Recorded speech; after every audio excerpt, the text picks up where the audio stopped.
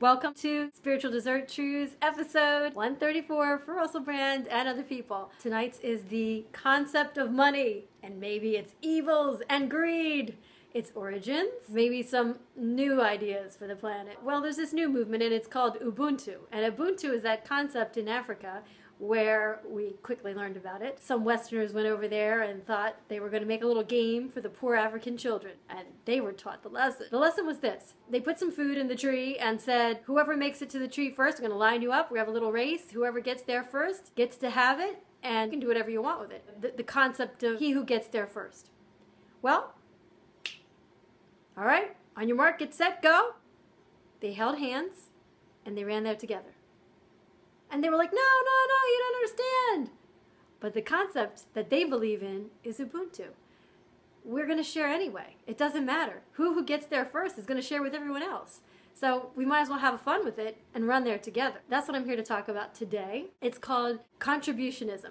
It's not communism. It's not socialism.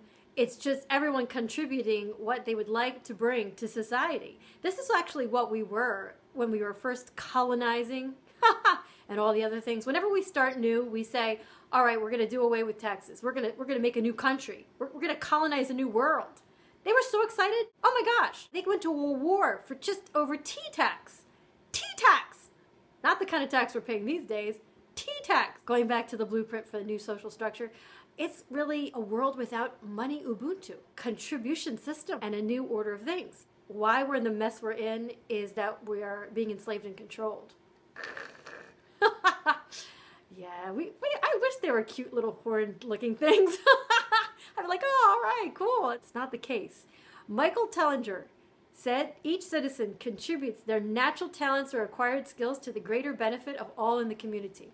A world without money, it's a complex task. So the first thing you're going to say is, oh, no, it can't be done. And if you've had a college education or if you're higher educated, you'll say, no, the system can't work without it. We absolutely have to have it. But you've been duped. First of all, it's being printed while we're being told that there's this huge deficit, a huge debt. But then going back to all the different countries that owe a debt, they owe a debt to whom? That's the bigger question that we should be saying. It's no such debt. When they need some more, they just print some more. It's not backed in gold. It's not backed in anything. It's just illusory debt that keeps you enslaved. And it was first invented, basically it was clay coins, and for the same reason. You would trade your clay coins for the things you needed. And those who had collected more clay coins had more power because they could collect more things. We've found that we are not happy. We're enslaved to jobs and lives we don't even want. Forced to make money to support what we think is the things that we need. But technically speaking, what do we really need? We need water, food, shelter, love, health, education, know-how, technology, art, culture, friends, clothing, tables, chairs, a light, energy, heat, transport, agriculture, and all the things that we use in our daily activities. We don't actually need money. All of these things can be available to us without money. Going back to things like water. They actually have come up with ways that you can make your own water from the air, from nothing, 25 gallons a day, completely clean, with none of these fluorides or chemicals or carcinogenic chemicals in them. You know we need food, but we've been eating things that are from boxes, bags, and cans. Well, I'm not anymore. So it's really worthless to go to a store where you're purchasing things that are made with ingredients that will kill you. Well, actually, it's not made to kill you. It's made just to make you sick so that you will then have to spend more money and more enslavement on more drugs that will then cause more diseases, that will then cause more enslavement and more debt and more drugs. Unbelievable. You need food, but you need organic, whole food.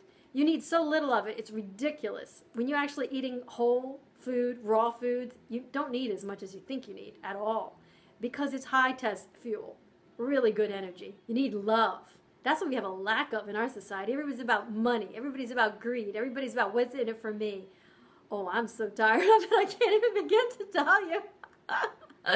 Oh my. In the meantime, health. We definitely need our health, but we're poisoning our health with the water we're drinking and the food we're eating. It's not food. It's stuff that's carcinogenic, chemicals, packed into things that look like chips or something. What is a chip?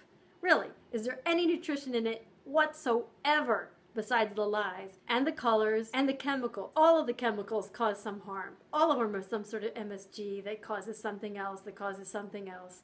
It's not food. I don't eat that. Anybody who's healthy doesn't eat that. So it's got highly addictive chemicals in it. You are addicted to it. That's the reason why you're like, wow, I can't seem to stop eating this whole bag. That's pretty criminal in itself. And then they have the nerve to say, oh, those Americans are so obese. What? Yeah, of course. Because the government allowed the FDA to pass all these chemicals that say that they're fine to put in our food, fine to be addicted to. Again, education. But we're not getting a real education. We're not allowed to think. We're just allowed to regurgitate. We have to be distracted with massive quantities of information until you can get your A. If you actually go beyond, know way more, teachers will tell you, no, that's no good. I remember my kindergarten teacher reprimanding me like I had committed the worst sin possible. I was zealous and excited and went home and did the whole book in one weekend. If your kid is that smart to do the whole book in one weekend, send them to another grade. Send them to another school. Let them be a genius. Leave them alone. Don't let some awful teacher tell them that they have to erase every answer that they did because that's the work they have to do for the entire year. How horrible is that? That's the education system that I had in kindergarten. That's disgusting. I was a straight A student for most of my life and all through college, and I figured out how to get around the system. Know everything. And be somewhat psychic, so this way you can sort of somehow predict in praying, going back to knowing and relying, trusting God. You rely on your higher power when you go through hell, horrible things. That's when you hang on for dear life. That's when you ask and beg, sort of like the movie Unbroken. So going back, something really big should happen. Sorry, Stephen Fry. But if something really horribly big, like being almost eaten by sharks out on a raft in the middle of the ocean, not ever thinking that you'll live, but just hoping, yes, that you beg for your life. And then when you get out, the Japanese in the middle of the war get a hold of you and torture you for I don't know how many other months. So I think that your life has to be on the line before you actually need a higher source, unless you're arrogant enough to think that it's just you and just that small little mind that's not attached to the cosmos. But we're all one. Surprise! And that person that's harming you, that person outside of you that you think, I'm going to walk away, it's you. It's you believing that it could exist, believing that it's tolerable, and believing that it's okay or acceptable. It's not. And if it's not, you'll put your foot down on it. You won't accept it on the outer world. You won't accept it on the inner world either. You won't accept it from yourself, and you won't accept it of your planet. We're allowing the enslavement. It's us who's doing it. We are that 1%. Within our minds, we are keeping ourselves jailed. We think we can't live without it because we're brainwashed to think we can't. And because of that, we allow the enslavement to keep going. What do we need for survival? Not much. Whatever is in our daily activity. Animals do not, we're the only species on the entire planet that has adopted some sort of system of money. Animals live perfectly well. They live awesome without it. They have no problems. They don't do bartering. They don't do any money system. They have no power and control issues. They've got no crime. Here's the list of benefits. First of all, you have no crime. All of the crimes that are committed on the planet are all about money. How can they steal money? How can they kill somebody for money? A lot of the world's resources like food, it's interesting. Because to keep the system going, they throw the food out if it's not sold. They don't give it away. The people who are starving to death continue to starve to death. The money has to be made or else they throw the food away. So that's the biggest issue. So there would be no hunger because how about that? There's no money, so just give the food to the people who are hungry. Hello. There's no homelessness because right now all of the banks and all of the system is procured around having a debt system. It's set up so that they have to get the interest up front. They con the people. They take their money. All the loans for student loans are way high. You're already in debt and enslaved before you even get out. Oh, I'm sorry. You're born into debt and slavery. You're born and the first thing they give you is that number.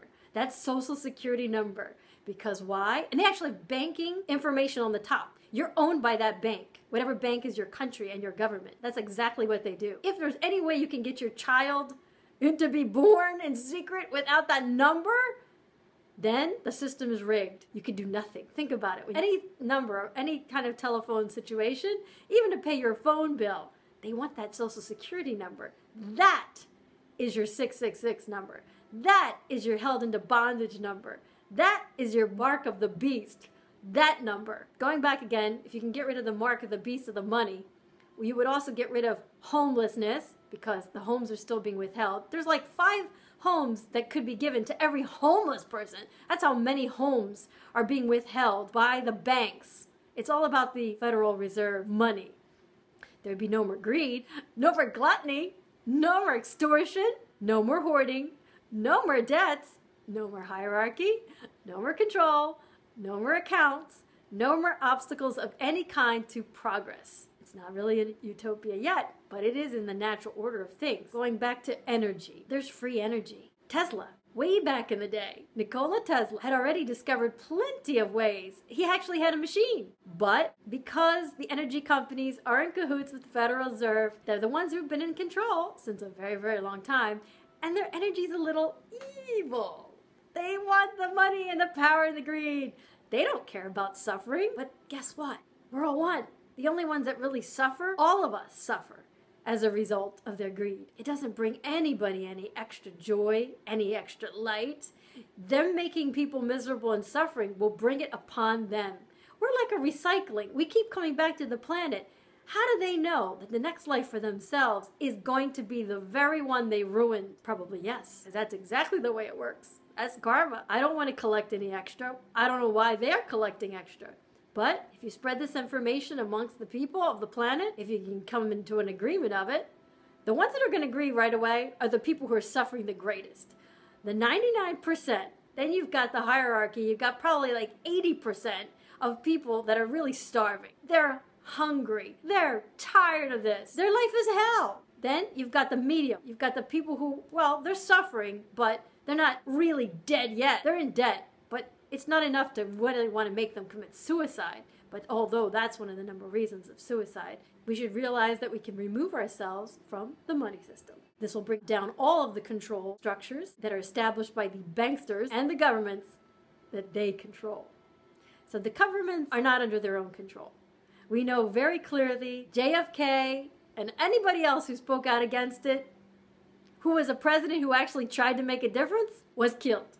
Instantly. They show it. 8 snipers were hired. They even know how much it costs. They know everything. How disgusting that we still live with this. All these crimes, and what's the reason why? There's 1%? This is like the time of Moses all over again. We need an exodus. That's why we keep seeing the movie Exodus. Exodus, Exodus, Exodus. We need a way out. This is wrong. How much longer are we going to plan to live with this? Band together in your communities and start to figure out ways of small circles of people who are going to figure out how to make new energy systems, because there's tons of free energy. More about it tomorrow. Love you.